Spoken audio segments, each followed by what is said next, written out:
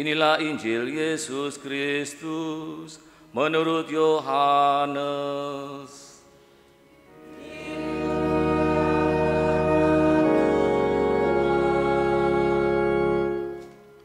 Dalam perjamuan malam terakhir, Yesus menengadah ke langit dan berdoa, "Bapa, telah tiba saatnya, muliakanlah putramu, supaya putramu memuliakan engkau. Sama seperti engkau telah memberikan kepadanya kuasa atas segala yang hidup. Demikian pula ia akan memberikan hidup yang kekal kepada semua yang telah engkau berikan kepadanya. Inilah hidup yang kekal, yaitu bahwa mereka mengenal engkau, satu-satunya Allah yang benar, dan mengenal Yesus Kristus yang telah engkau utus. Aku telah memuliakan engkau di bumi dengan menyelesaikan pekerjaan yang engkau berikan kepadaku untuk aku lakukan. Sekarang ya Bapa, muliakanlah aku di hadirat-Mu sendiri dengan kemuliaan yang aku miliki di hadirat-Mu sebelum dunia ada.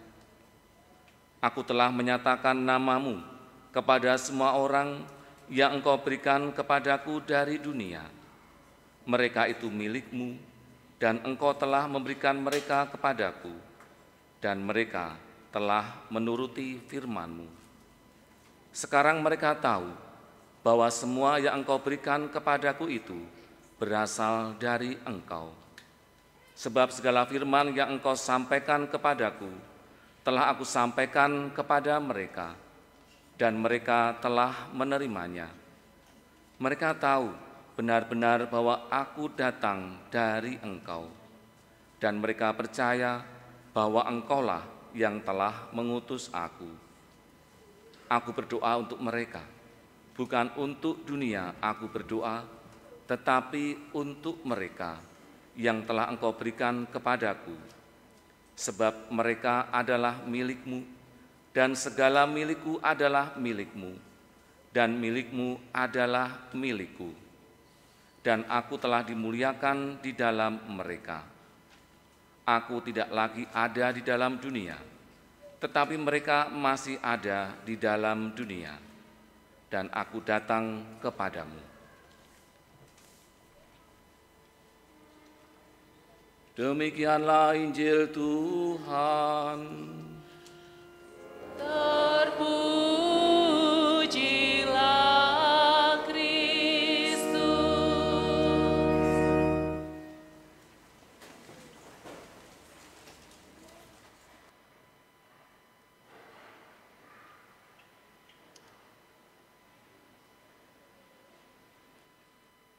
Bapak, Ibu, saudara-saudari, dan adik yang terkasih, pada suatu hari ketika saya ada di salah satu mal yang tidak terlalu besar, saat itu saya melihat ada kejadian seorang anak kecil, ya mungkin usianya sekitar 6 atau 7 tahun gitu ya.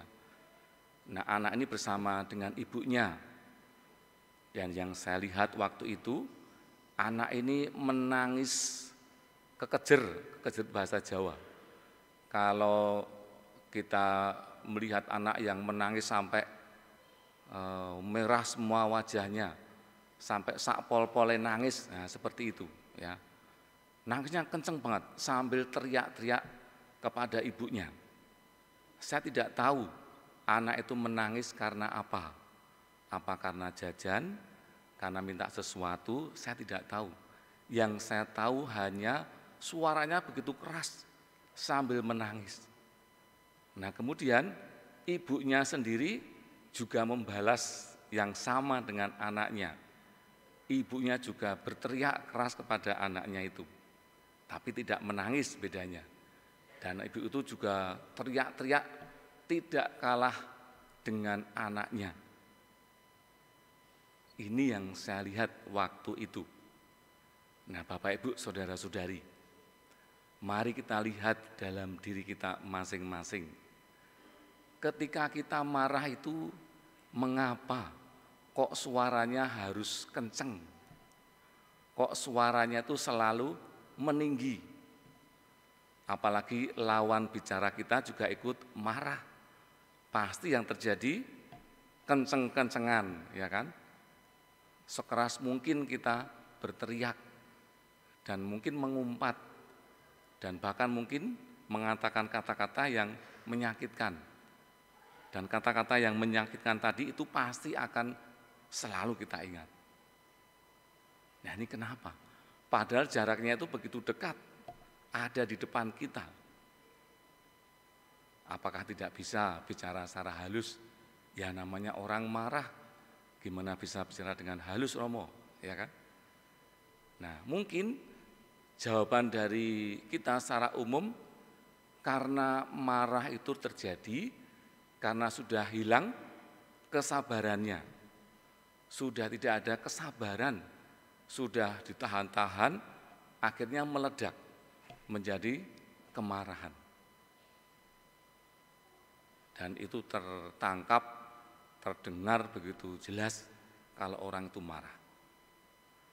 Kalau saya merefleksikan orang yang marah, ya, itu kalau saya melihat dalam relasi dua orang ini atau mungkin lebih, itu di situ tidak ada pembicaraan dari hati. Tidak ada komunikasi dari hati. Tidak ada komunikasi dengan rasa, dengan rasa. Itu tidak terjadi. Maka yang terjadi hanya apa? Emosi. Terbawa dari pikiran, kemudian terlontar dengan kata-kata. Tidak ada peran hati di situ, di dalam kemarahan itu. Maka meskipun jaraknya itu dekat, justru mereka semakin kencang untuk berbicara, seolah-olah jauh. Karena memang situasi saat itu hatinya saling menjauh. Tidak ada yang mau untuk mendekat. Nah, beda lagi ketika seseorang itu mengungkapkan cinta. Seseorang sedang jatuh cinta ataupun sedang gembira, sedang happy gitu ya. Ketika kita jaraknya tuh jauh, orang yang jatuh cinta itu say hello aja udah rasanya dekat.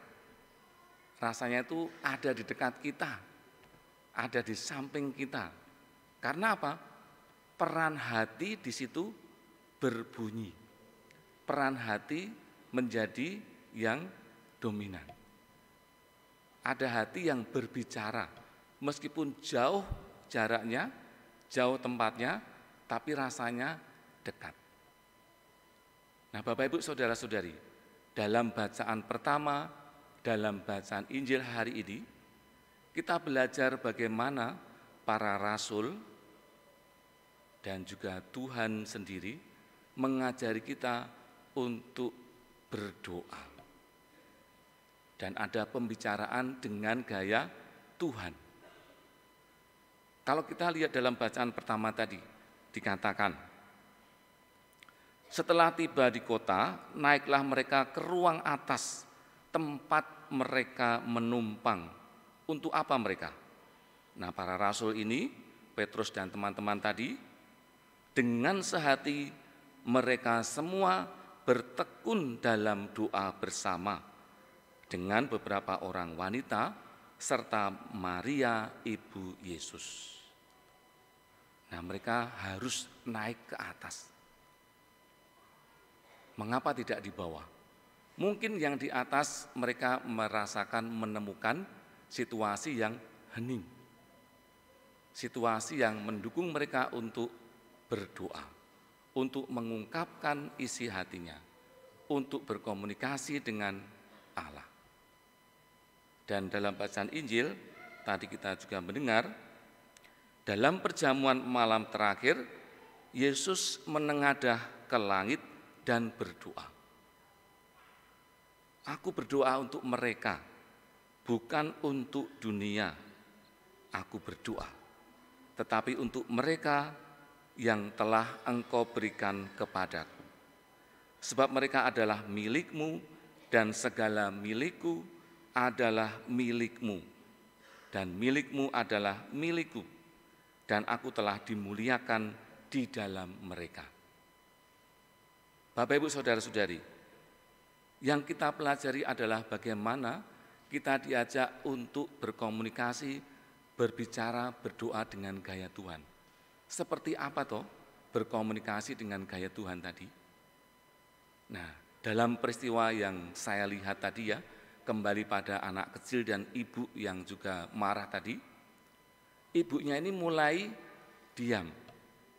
Dan kemudian ibunya itu merengkuh anaknya, memeluk anaknya, dan yang saya lihat adalah ada komunikasi di situ.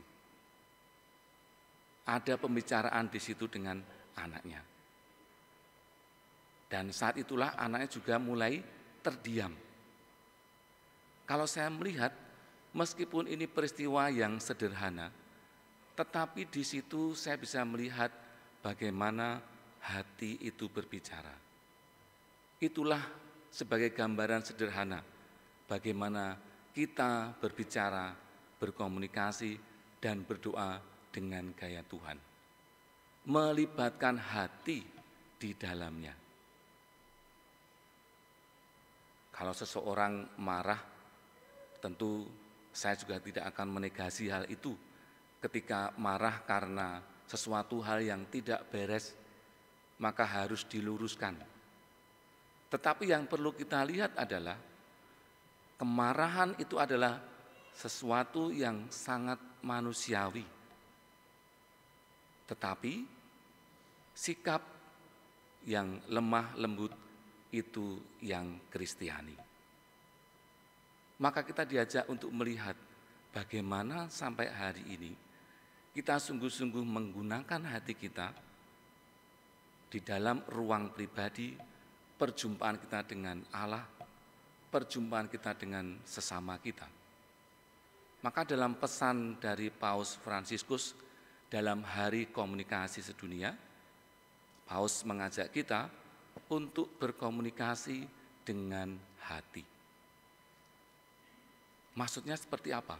Melibatkan Tuhan di dalam setiap relasi kita, di dalam setiap interaksi kita, antar keluarga, antar sahabat, antar teman, antar rekan kerja, antar komunitas, dimanapun kita berada.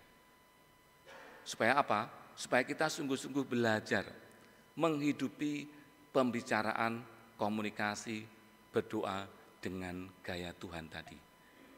Yang benar-benar melibatkan kita semua dalam proses karya penyelamatan manusia. Kita semua dilibatkan secara aktif oleh Tuhan sendiri.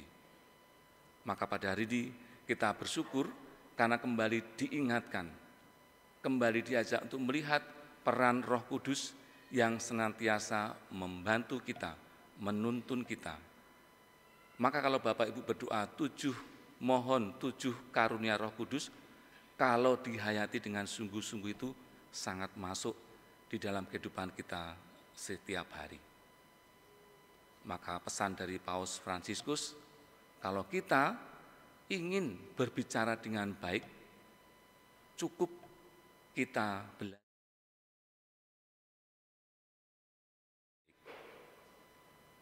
Maka marilah kita mohon berkat dari Tuhan